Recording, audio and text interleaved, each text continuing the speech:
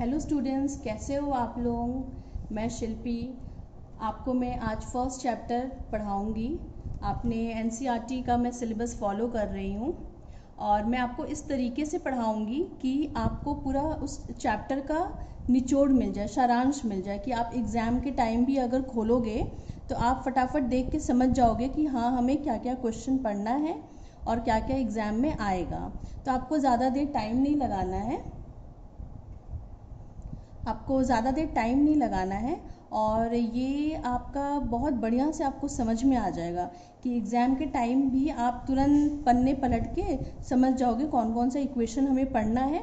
और पूरी NCERT book तो हमें देखने की ज़रूरत ही नहीं है, मेन हमारा जो सारांश है वो इसमें से निकल जाएगा आपको।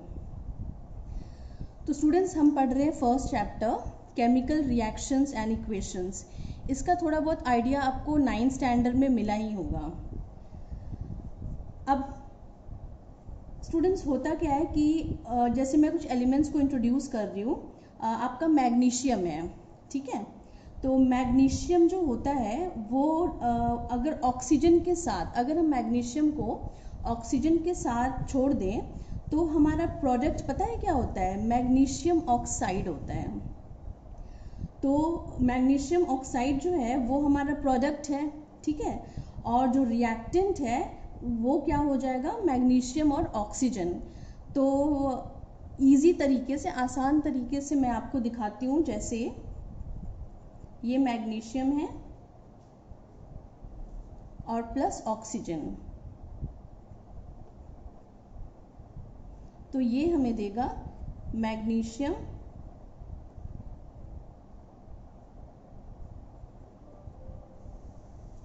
ऑक्साइड, जो हमारा प्रोडक्ट है। और स्टूडेंट्स, जो प्रोडक्ट होते हैं वो हमारे राइट हैंड साइड में होते हैं, राइट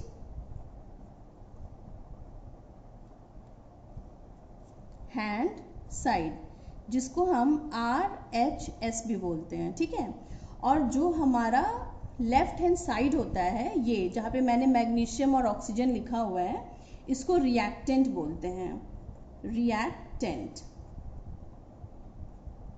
और ये हमारा लेफ्ट हैंड साइड होता है, ठीक है।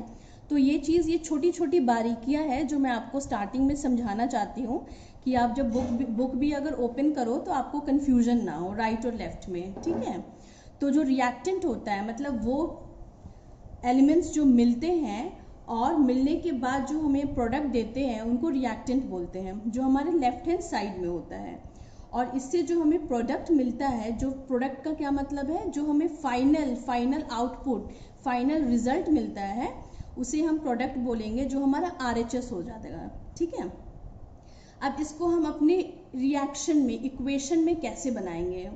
कि ऐसे तो हम समझ गए कि हाँ, एक्सपेरिमेंट में भी आप देखोगे कि उन्होंने मैग्नीशियम रिबन ले रखा है, मैग्नीशियम रिबन को ऑक्सीजन में डाला हुआ है, तो जो रिएक्शन होगा, रिएक्शन से हमें मैग्नीशियम ऑक्साइड प्रोडक्ट मिल जाएगा। तो इसको हम लिखेंगे कैसे अपने लैंग्वेज में? अब मैग्नीशियम का सिंबल होता है, सिंबल मतलब इसका जो मैग्नीशियम को एक सिंबल से डिनोट किया गया है, एक चित्र से डिनोट किया गया, जिसको Mg बोलते हैं, ठीक है। और बच्चों देखो, जैसे जैसे मैं पढ़ा रही हूँ ना, आप भी मेरे साथ ना पढ़ने की कोशिश करो, याद करने की कोशिश करो कि आपको दोबारा बुक खोलने की ज़रूरत ना पड़े, अब बस वीडियो देखो और आपको याद हो जाए। तो मैग्नीशियम का फॉर्मूला क्या हुआ? Mg, very good. तो Mg को हम O2, ऑक्सीजन को क्या बोलेंगे? O, और नीचे में इसको 2 लिखते हैं। तो मैग्नीशियम जब O2 से कंबाइन होगा तो हमें जो प्रोडक्ट अभी हम बात कर रहे थे मैग्नीशियम ऑक्साइड, वो बनता है, जिसका फॉर्मूला होता है MgO। तो मैग्नीशियम को हमने ऑक्सीजन में कंबाइन कर दिया, ये हमारा MgO हो गया, ठीक है। अब देखिए, इसका एक तरीका क्या है कि हमारा जो मैग्नीशियम और ऑक्सीजन है ना, आप देख रहे हो यहाँ पे मैग्नीशियम को अगर आप काउंट करो तो ये मैग्नीशियम के आगे पीछे आपको कोई नंबर नहीं दिख रहा है, इसका मतलब है कि ये इसका नंबर नहीं है, मतलब ये 1 एटम है, ठीक है। और ऑक्सीजन आप देख रहे हो यहाँ पे O2 लिखा है, मतलब ऑक्सीजन के 2 एटम्स हैं, और इसका जो प्रोडक्ट है Mg2। तो Mg2 में आप देखो मैग्नीशियम एक ही दिख रहा है और इधर भी। अब बच्चों मैं ना जब मैग्नीशियम और ऑक्सीजन की बात करूंगी ना तो मैं LHS बोलूंगी, तो आप समझ जाना कि मैं ना रिएक्टेंट की बात कर रही हूँ, और जब मैं प्रोडक्ट बोलूंगी इसका मतलब है मैं RHS की बात कर रही हूँ। ठीक है, तो बच्चों ये ना नेचर या आप बोल सकते हो कि ये हमारे जो इन्वायरमेंट है उसका ये एक रूल है कि जब भी LHS जो होता है वो हमेशा RHS के बराबर ही होना चाहिए, तभी इसको ना बैलेंस्ड इक्वेशन बोलेंगे। ठीक है, तो ये मैं बैलेंसिंग आपको धीरे धीरे जैसे चैप्टर बढ़ेगा मैं सिखाऊंगी, और एक बहुत बढ़िया मैं बैलेंसिंग का इक्वेशन भी सिखाऊंगी जिससे आपका बैलेंसिंग बिल्कुल भी गलत नहीं होगा, वो 100% आपका राइट ही होगा। ठीक है, अब देखिए यहाँ पे मैं आपको एक और इक्वेशन दिखा रही हूँ। हाँ, तो ये मैं आपको अभी तो आपने बैलेंसिंग मैंने नहीं पढ़ाया है, लेकिन यहाँ पे आप देखो बैलेंस अगर इसको करेंगे तो यहाँ पे देखो बच्चों, यहाँ पे जो मैग्नीशियम है वो 1 दिख रहा है आपको, सिर्फ एक ही सिंबल दिख रहा है। ठीक है, और इसके RHS साइड में मैग्नीशियम भी एक ही है, तो ठीक है भाई, दोनों बराबर हुआ। अब हम ऑक्सीजन में जाएंगे, तो ऑक्सीजन में यहाँ पे ऑक्सीजन के नीचे 2 लिखा है, इसका मतलब है कि ऑक्सीजन हमारे पास 2 है। और अगर RHS में जाएंगे मतलब प्रोडक्ट साइड में, तो वहाँ पे हमारे पास ऑक्सीजन सिर्फ 1 है, तो ये तो भाई कैसे होगा, तो यहाँ पे भी ऑक्सीजन को हमें 2 में करना होगा। तो अब हम क्या करेंगे, ऑक्सीजन यहाँ पे तो हम देंगे नहीं खुद से, तो अब क्या करेंगे, हम 2 इसके सामने लिख देंगे। ठीक है, अब देखिए 2 हमने सामने लिखा, तो यहाँ पे आप देख रहे हो 2 mg मतलब 2 मैग्नीशियम हो गया। अब इसके बराबरी देखोगे तो यहाँ पे 1 ही मैग्नीशियम है, तो क्यों ना हम इसे भी 2 बना दें, तो इसके सामने भी हमने 2 लिख दिया, तो हमारा दोनों मैग्नीशियम बराबर हो गए। अब तो सही बात हो गई।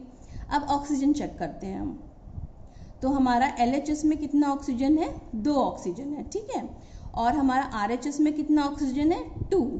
देखो बच्चों, ये जो 2 हम सामने लिखते हैं ना, ये 2 सबके लिए बराबर होता है, मतलब Mg मैग्नीशियम के लिए भी 2 लगेगा और ऑक्सीजन के लिए भी ये 2 आएगा। ठीक है, तो यहाँ पे हमारा ऑक्सीजन भी 2 हो गया और इधर भी हमारा LHS में भी ऑक्सीजन 2 हो गया, मतलब ये इक्वेशन हमारे बैलेंस हो गया। ठीक है, अब हम थोड़ा बैलेंस इक्वेशन पे थोड़ी चर्चा कर लेते हैं।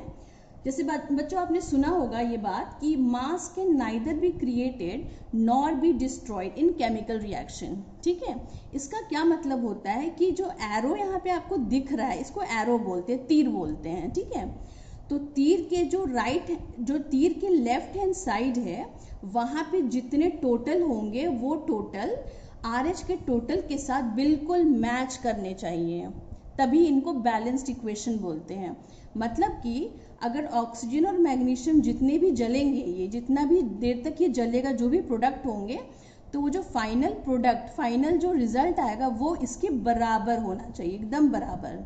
इसी को हम बैलेंस्ड इक्वेशन बोलते हैं, क्योंकि नेचर में ना कोई चीज़ एक्स्ट्रा नहीं है। अगर कोई चीज़ क्रिएट होती है तो वो डिस्ट्रॉय भी होगी, मतलब जो चीज़ बनती है वो बिखरती भी है, बिगड़ती भी है। ठीक है, अब आप एक और इक्वेशन में दिखाती हूँ,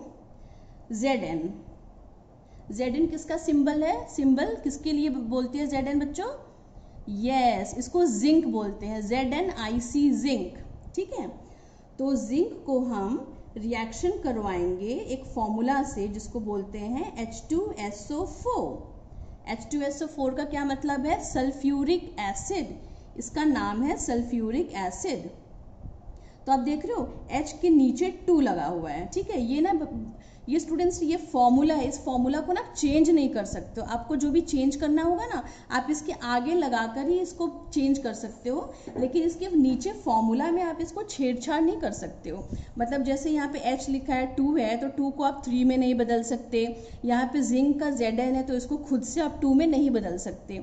जिंक का मतलब है कि यही फॉर्मूला आना है। सल्फ्यूरिक एसिड अगर बोला जाए तो ये यही फॉर्मूला आएगा, इसके अलावा आपको अलग से 2, 3 खुद से नहीं लिखना है। ठीक है, तो ये दोनों हमारे क्या हो गए, LHS बोल सकते हो, नहीं तो रिएक्टेंट बोल सकते हो। ठीक है, तो इसको अगर दोनों कंबाइन करेंगे तो इसका आंसर होगा जिंक SO4 प्लस H2। अब ये क्या बना भला, जिंक को अगर हम सल्फ्यूरिक एसिड से कंबाइन करेंगे तो ये हमारा बनेगा जिंक सल्फेट और H2 क्या है स्टूडेंट्स, ये हाइड्रोजन गैस है। जी मतलब गैस, ये हाइड्रोजन गैस है हमारा, ठीक है। तो आप देख रहे हो कि दो रिएक्टेंट्स को हमने मेल करवाया और इससे हमारा प्रोडक्ट क्या बना है, जिंक सल्फेट तो बना ही बना है, साथ में इसके साथ एक हाइड्रोजन गैस भी निकल गया, ठीक है। अब देखिए आपको ना इसमें क्वेश्चन पूछ सकते हैं एग्जाम में, या फिर सर पूछेंगे कि जिंक और सल्फ्यूरिक एसिड अगर इन दोनों को हम रिएक्ट करवाएंगे तो कौन सी गैस निकलेगी। तो आपको सिंपली क्या करना है कि देखो जिंक को इसके साथ कंबाइन करवा देना है, ठीक है। तो Zn जब SO4 के साथ कंबाइन होगा, ये मिलेगा इससे, तब ये क्या बन जाएगा, ZnSO4। और मेरा क्या रह गया, रिमेनिंग क्या बच गया, H2। तो H2 क्या होगा, गैस बन के उड़ जाएगा। तो ये हमारे दो RHS साइड में बन गए, ठीक है। अब देखिए इसका बैलेंसिंग देखिए कैसे होता है। यहाँ पे मैंने लिख दिया जिंक, ठीक है, यहाँ पे लिखा मैंने LHS, यहाँ लिखा मैंने RHS। अब देखिए ये जिंक हो गया, जिंक के बाद मेरा क्या क्या है, इसमें हाइड्रोजन है, सल्फर, H को हाइड्रोजन मानते हैं, S को सल्फर और ऑक्सीजन, ठीक है। अब देखिए जिंक को देखिए LH में कितना जिंक है, LH में अगर आप देखोगे तो जिंक बस एक बार ही है, जिंक के आगे पीछे 2 3 कुछ भी नहीं लिखा है, तो जिंक को हम यहाँ पे 1 लिख देंगे। अब आते हैं राइट हैंड साइड, इधर एरो के दूसरी तरफ, तो राइट हैंड साइड में जिंक को कैलकुलेट करो कितना है, एक ही जिंक है, तो यहाँ पर भी एक, मतलब जिंक हमारा दोनों साइड बराबर है। अब हाइड्रोजन गैस में चलते हैं, LHS साइड में हाइड्रोजन कितना है 2, तो यहाँ पे हमने लिख दिया 2, और RHS में हाइड्रोजन कितना है 2, तो ये भी हमारा दोनों साइड बराबर है। अब सल्फर देखिए S, सल्फर का सिंबल होता है, चित्र होता है S, तो S कितना है हमारे यहाँ पे देखिए, इसमें S नहीं है, सल्फ्यूरिक एसिड में एक ही S दिया हुआ है, तो यहाँ पे मेरा 1 होगा, और RHS में भी एक S है, तो ये भी मेरा बराबर हो गया। अब ऑक्सीजन देखिए, ऑक्सीजन यहाँ नहीं है, यहाँ पे कितना ऑक्सीजन है, ये O4 है, मतलब 4 ऑक्सीजन है, तो ये हमारा 4 हो गया, और इधर कितना ऑक्सीजन है, 4। इसका मतलब क्या है बच्चों कि ये हमारे बैलेंस इक्वेशन बन चुके हैं, ठीक है। अब हमारा इक्वेशन ये बिल्कुल बैलेंस्ड हो गया है। तो आपको एक चीज़ क्लियर हो गई कि ये पढ़ते पढ़ते कम से कम हमें 2 इक्वेशन तो आ गए, मैग्नीशियम के साथ और जिंक के साथ। तो आपको कोई भी कभी भी पूछे कि जब मैग्नीशियम को ऑक्सीजन से रिएक्शन करवाएंगे तो क्या बनेगा, आप फटाफट बोल दोगे मैग्नीशियम ऑक्साइड बनेगा। और क्योंकि अगर आप बैलेंस कर लोगे तो बैलेंस के बाद आप देख रहे हो 2 लिखा हुआ है, तो आप ये भी बोल सकते हो कि 2 ग्राम मैग्नीशियम ऑक्साइड बनेगा। और फिर दूसरा इक्वेशन अगर देखें तो जिंक को अगर हम सल्फ्यूरिक एसिड, ये बेटा ये जो फॉर्मूला है ना H2SO4, ये सल्फ्यूरिक एसिड का फॉर्मूला है, तो जिंक हमारा सल्फेट के साथ मैच करेगा और ये हमें दे देगा जिंक सल्फेट, और बचेगा हाइड्रोजन जो गैस बन के उड़ जाएगा, बिल्कुल उड़ जाएगा ये, ठीक है। और इस इक्वेशन को अगर हम बैलेंसिंग चेक करें तो मैंने आपको चेक करके दिखाया है, सारे बैलेंस एकदम बराबर से मैच हो गए हैं, ठीक है। तो हमें कोई टेंशन लेने की ज़रूरत ही नहीं है। अब हम चलते हैं दूसरे इक्वेशन में, एक और इक्वेशन आपको दिखलाती हूँ ताकि आपको आइडिया रहेगा कि हाँ कि हम सही जगह जा रहे हैं, सही ट्रैक पे जा रहे हैं, ठीक है। अब इधर देखिए, तो दो इक्वेशन तो हमने याद कर लिया, अब तीसरी देखते हैं। तीसरी में मैं आपको इक्वेशन बताऊंगी आयरन की, ठीक है। अब देखिए बच्चों, जो हमारा आयरन है, आयरन का चित्र क्या होता है, Fe। आयरन को क्या बोलते हैं, Fe बोलते हैं, ठीक है। तो Fe को हम रिएक्ट करवाएंगे वाटर से। वाटर का फॉर्मूला क्या होता है, H2O, हाइड्रोजन का 2 एटम होता है और एक ऑक्सीजन का एटम होता है, ठीक है। अब इन दोनों को जो हम रिएक्ट करवाएंगे तो इसका फॉर्मूला क्या होगा, Fe3O4 प्लस H2। इसका मतलब क्या है कि आयरन, मान के चलो कि जो आयरन होता है वो, मान लो आप घर काटी जब यूज करते हो ना, काटी, वो काटी है, ठीक है। तो अगर काटी को अगर आप बाहर छोड़ दोगे हवा में, तो हवा में भी तो पानी रहता है, मॉइस्चर रहता है, तो हवा से रिएक्ट करेगा और वो क्या बन जाएगा, Fe3O4 प्लस हाइड्रोजन गैस को दे देगा, ठीक है। अब इसको अगर हम बैलेंस करेंगे तो बच्चों ये हमारा हो जाएगा राइट हैंड साइड, और ये हो गया LHS लेफ्ट हैंड साइड, ठीक है। नहीं, मैंने उल्टा लिख दिया है। ये हमारा लेफ्ट हैंड साइड है और ये हमारा राइट हैंड साइड है। फिर हम इसको बैलेंस करेंगे, तो बैलेंस में हमने यहाँ पे लिख दिया LHS, RHS, यहाँ हमारा हो गया आयरन, हाइड्रोजन और ऑक्सीजन। ठीक है, तो अब देखिए हाइड्रोजन कितना है हमारे लेफ्ट हैंड साइड में, आयरन है 1, तो हमने 1 लिख दिया। हमारे राइट हैंड साइड में कितना आयरन आपको दिख रहा है, 3 आयरन है, तो यहाँ पे हमने 3 लिख दिए। फिर हाइड्रोजन यहाँ पे कितने हैं, 2 हैं। इधर कितना है, 2। ऑक्सीजन कितना है, 1। इधर कितना है, 4। तो देखो इस रिएक्शन में आप देख रहे हो हमारे चीज़ें बैलेंस नहीं हुई हैं। यहाँ पे आयरन 1 है, यहाँ पे आयरन 3 है, मतलब हमें 3 आयरन चाहिए। वैसे ही हाइड्रोजन 2 है, ये तो हमारा बैलेंस है। और ऑक्सीजन हमारा LHS में 1 है, RHS में 4 है, तो यहाँ पर भी गड़बड़ है। ये भी हमें इक्वेशन से सॉल्व करना पड़ेगा। ठीक है,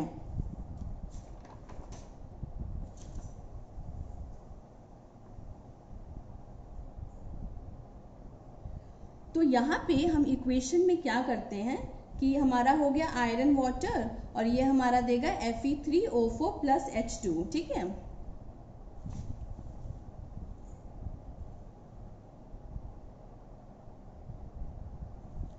तो ये जो बैलेंसिंग है आपको, ये मैं आपको बैलेंसिंग अच्छे से बताऊंगी एक नए वीडियो में, तो आप उसकी टेंशन मत लेना। अभी हमने चैप्टर स्टार्ट किया है, तो आप बस देख लो कि कौन से रिएक्टेंट रिएक्ट करेंगे तो हमें कौन सा प्रोडक्ट मिलेगा। ठीक है, तो आप इसकी टेंशन मत लो, रिएक्शन में आपको सिखाऊंगी कि यहाँ पे कौन से रिएक्शन को कैसे हम बैलेंस करेंगे। ठीक है बच्चों, अब देखो ये तो हमारा थोड़ा बहुत केमिकल रिएक्शन का चित्र हो गया जो मैंने आपको दिखाया है। अब कितने टाइप ऑफ केमिकल रिएक्शन होते हैं हमारे पास, ठीक है, टाइप्स, कितने टाइप्स हमारे पास केमिकल रिएक्शंस होते हैं, ये आप लोग नोट कर लो कि आप कभी भूलोगे ही नहीं। पहला रिएक्शन का नाम है कॉम्बिनेशन रिएक्शन। कॉम्बिनेशन रिएक्शन, ठीक है, कॉम्बिनेशन का क्या मतलब है, दो चीजों का मेल करना, कॉम्बिनेशन रिएक्शन ये हो गया। दूसरा रिएक्शन का नाम है decomposition reaction.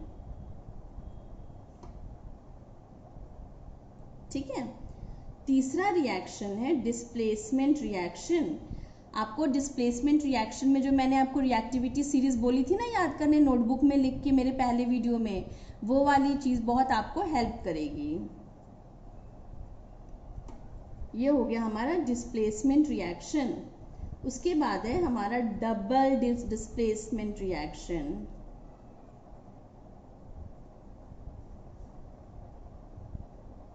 Double displacement reaction.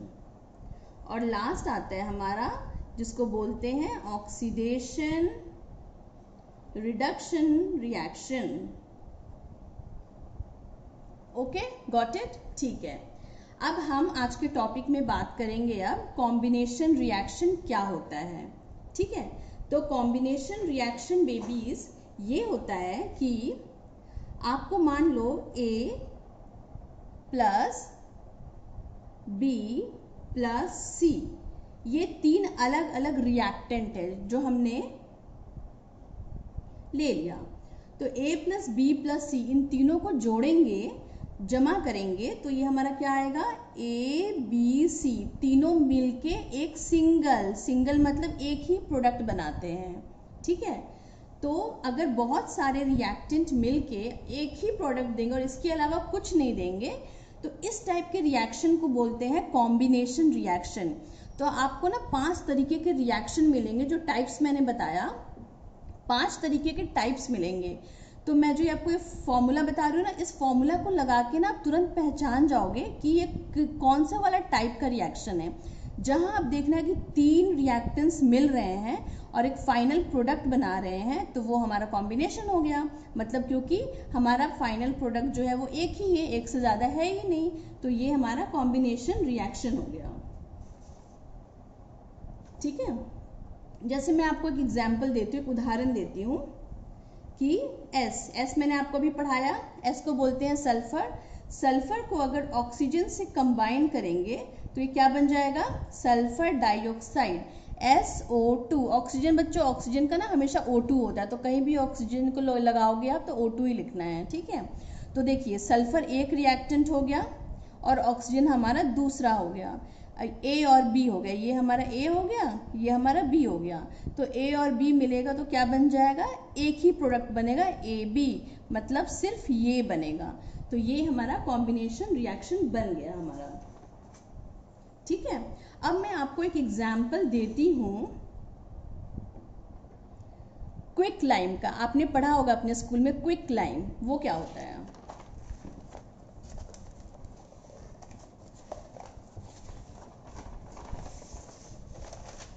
ये देखिए बताती हूँ मैं आपको। ये बहुत मज़ेदार रिएक्शन है जो कॉम्बिनेशन में आता है और इसके ऊपर आपको बहुत सारे प्रश्न भी आएंगे एग्जाम में। तो ये देखो बच्चों, आपने ये इक्वेशन पता नहीं देखा होगा कि नहीं, मैं बता रही हूँ जो आपको, CaO। देखिए CaO क्या है, Ca अगर हम Ca लिखते हैं सिर्फ Ca तो उसे कौन से एलिमेंट बोलेंगे, कैल्शियम, ठीक है। कैल्शियम को हम लोग Ca से डिनोट करते हैं, Ca से बताते हैं। तो Ca जब कैल्शियम जब ऑक्सीजन के साथ कंबाइन करता है तो कुछ रिएक्शन होता है और इसका जो फाइनल प्रोडक्ट है वो ये है, जिसको कैल्शियम ऑक्साइड बोलते हैं, CaO। कैल्शियम के साथ ऑक्सीजन मेरा मिल गया है तो इसको कैल्शियम ऑक्साइड बोलते हैं।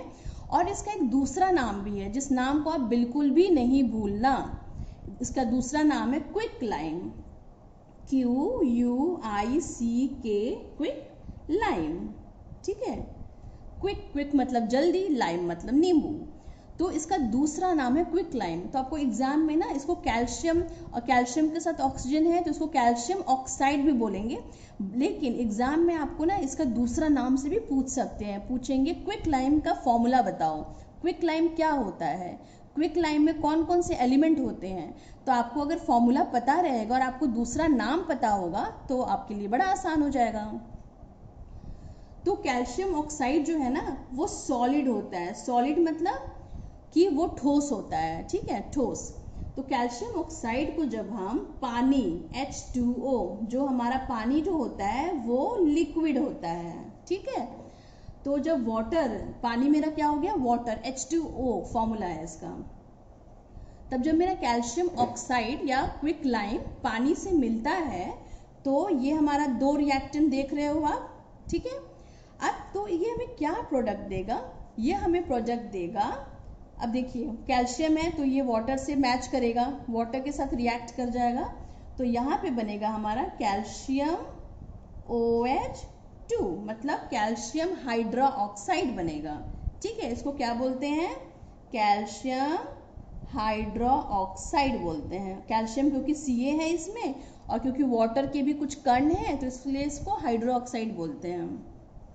और बच्चों इसका दूसरा नाम पता है क्या होता है, दूसरा नाम है slaked lime, SLAKED,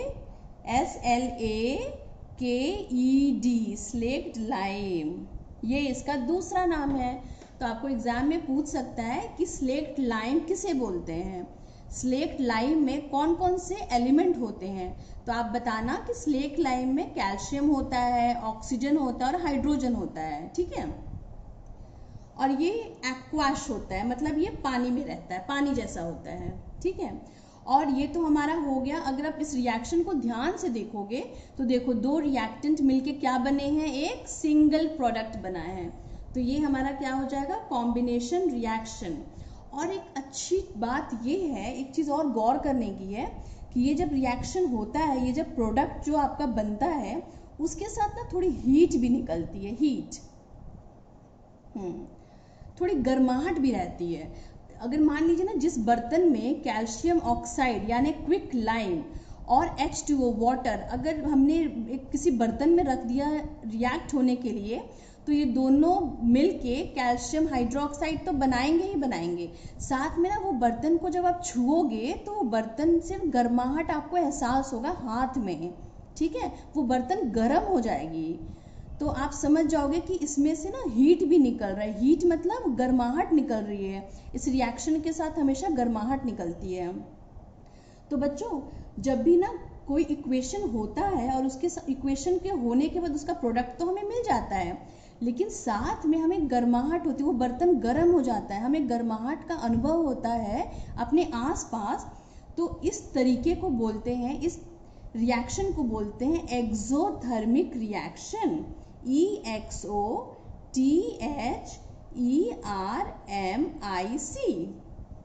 exothermic reaction इसको बोलते हैं।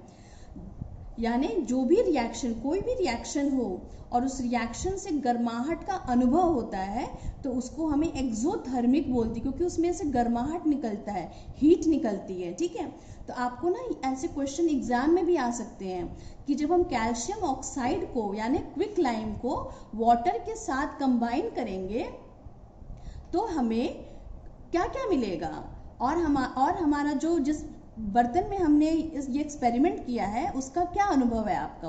तो आपको ये बताना है कि हमें कैल्शियम हाइड्रोक्साइड तो मिलेगा ही, जिसका दूसरा नाम स्लेक्ड लाइम है, और इसके साथ हमें गर्माहट भी मिलती है, जिसको एक्सोथर्मिक रिएक्शन, इस पूरे रिएक्शन को हम एक्सोथर्मिक रिएक्शन बोलते हैं।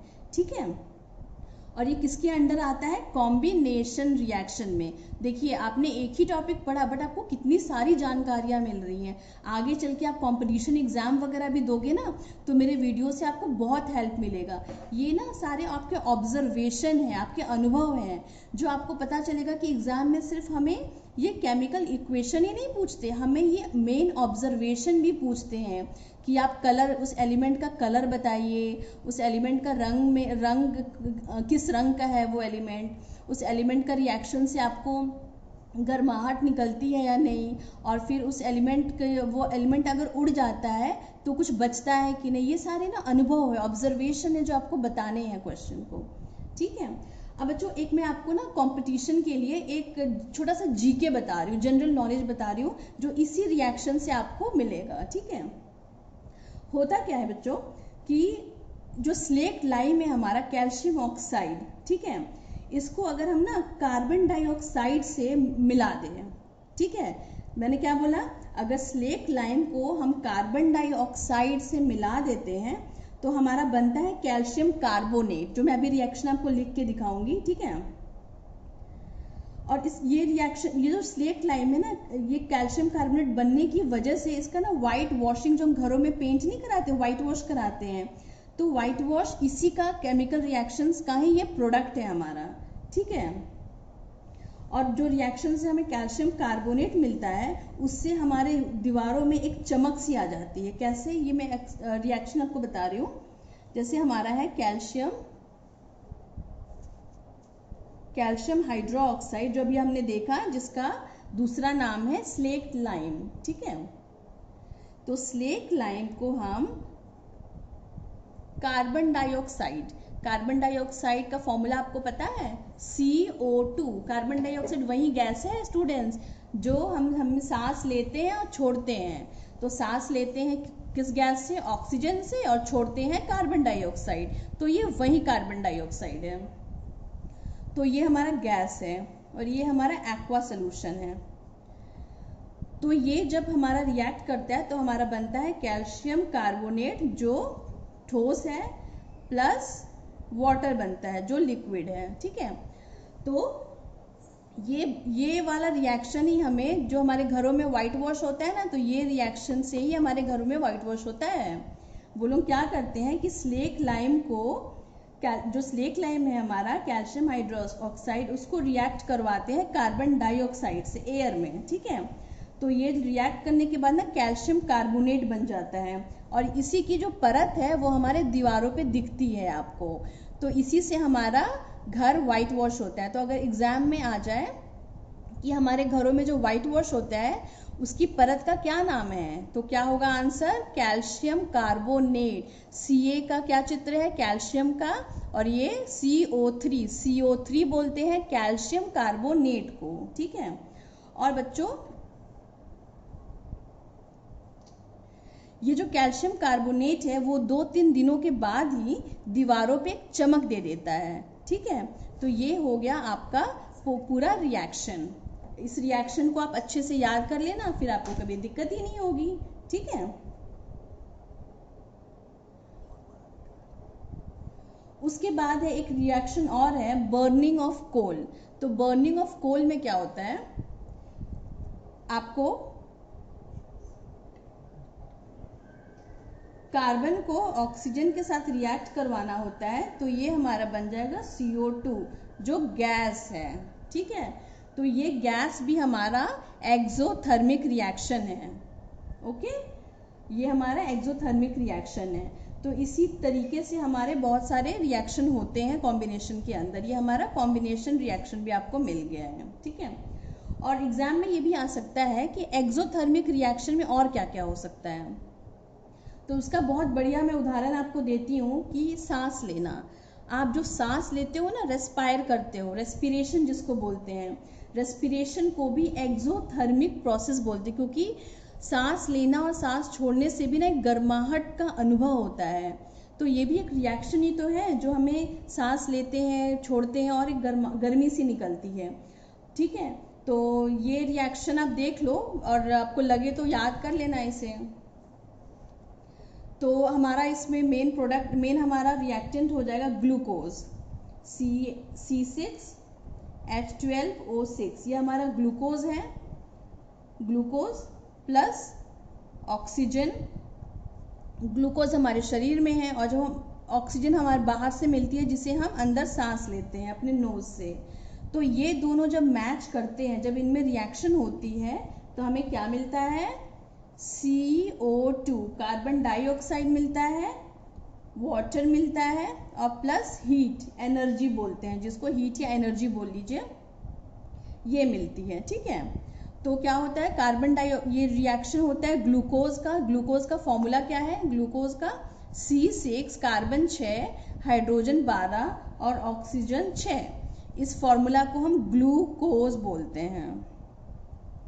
तब जब ग्लूकोज हमारी ऑक्सीजन से कंबाइन होती है तो हमें क्या क्या मिलता है, CO2 कार्बन डाइऑक्साइड मिलता है, वाटर मिलती है और हीट मिलता है। तो जो कार्बन डाइऑक्साइड है वो तो हम बाहर निकाल देते हैं, कार्बन डाइऑक्साइड है ना।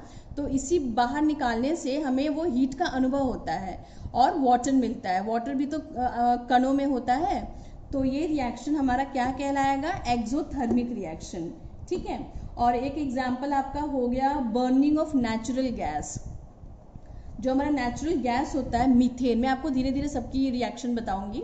जो बस ये एक तौर पे आप याद रखिए कि 3 एग्जाम्पल बताना है जिसको एक्सोथर्मिक रिएक्शन होता है। तो एक तो आप स्लेट लाइम वाली एग्जाम्पल ले लो, क्विक लाइम वाली, जिसमें से हीट निकलता है। दूसरी एग्जाम्पल सांस लेना निकलता है, जो रेस्पिरेशन जिसको बोलते हैं, इसमें भी हमें हीट निकलता है। और तीसरा रिएक्शन आप याद करना,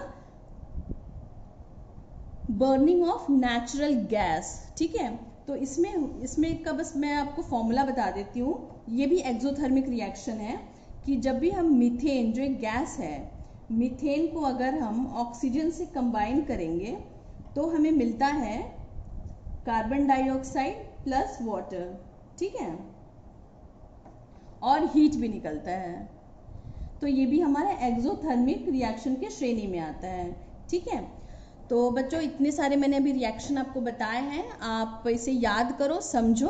और अगर आपको कुछ दिक्कत लगे, आपको लगे कि कोई रिएक्शन अच्छे से समझाना है, वो मैं आप मुझे ज़रूर कमेंट करें, मैं आपको दोबारा समझा दूंगी। और रिएक्शन को बैलेंस करने के लिए आप अभी बिल्कुल भी टेंशन मत लीजिए, फिक्र मत करिए। मैं पहले आपको ये चैप्टर थोड़ा सा करवा दूँ, आगे बढ़ जाऊँ, फिर रिएक्शन को कैसे बैलेंस करते हैं कि दोनों साइड के जो एटम है, दोनों साइड का जो गणित है हमारा, वो बराबर हो जाए। ठीक है। तो आप उसकी चिंता मत करो, मैं अच्छे से आपको बता दूंगी।